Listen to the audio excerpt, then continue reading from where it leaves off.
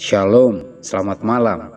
Jumpa lagi dalam bacaan harian yang diambil dari buku Peristiwa-peristiwa Akhir Zaman yang ditulis oleh hamba Tuhan Nyonya Ellen G. White.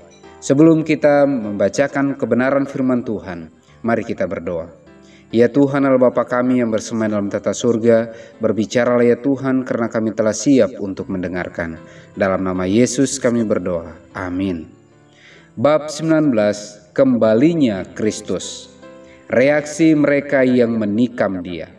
Mereka yang bertindak paling kejam dalam penolakan dan penyaliban Kristus bangkit untuk melihat Dia sebagaimana Ia ada. Dan mereka yang telah menolak Kristus bangkit menyaksikan orang saleh dimuliakan. Dan pada waktu itulah orang-orang saleh diubahkan dalam sesaat, dalam sekejap mata, dan diangkat untuk menemui Tuhan mereka di angkasa. Orang-orang yang memakaikan jubah ungu kepadanya dan memahkotainya dengan duri pada kepalanya, dan mereka yang memukulkan paku-paku pada tangan dan kakinya, memandang kepadanya dan menangis. Mereka teringat bagaimana kasihnya itu telah diremehkan dan belas kasihannya dilecehkan. Mereka teringat bagaimana Barabas, seorang pembunuh dan perampok, telah dipilih menggantikannya. Bagaimana Yesus telah dimahkotai dengan duri, lalu disiksa dan disalibkan.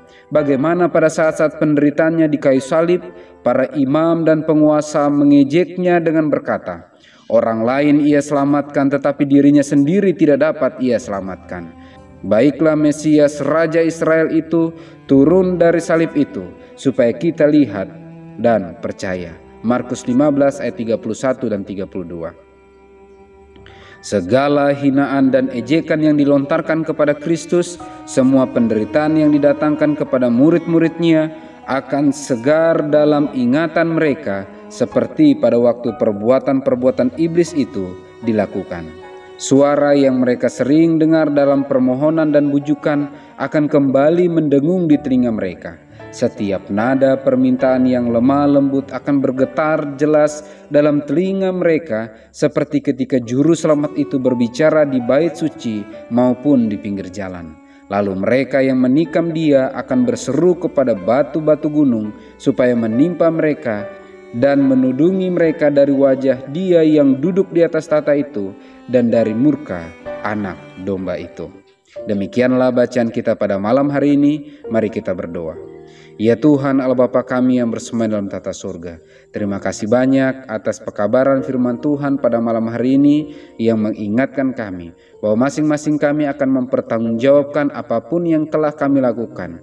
Dan bantu kami ya Bapa untuk terus datang lebih dekat kepadamu, memohon kuat kuasa sorga, memampukan kami untuk mengerti firman-Mu dan dapat menghidupkan agenda-agendamu dalam kehidupan kami. Terlebih khusus kami rindu mempersiapkan segala sesuatunya untuk kami bisa siap menerima roh hujan akhir dan kiranya meterai Allah yang hidup menjadi bagian kehidupan kami.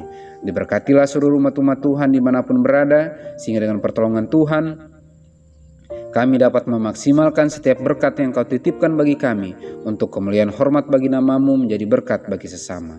Dalam nama Yesus kami berdoa. Amin. Selamat malam. Tuhan Yesus memberkati.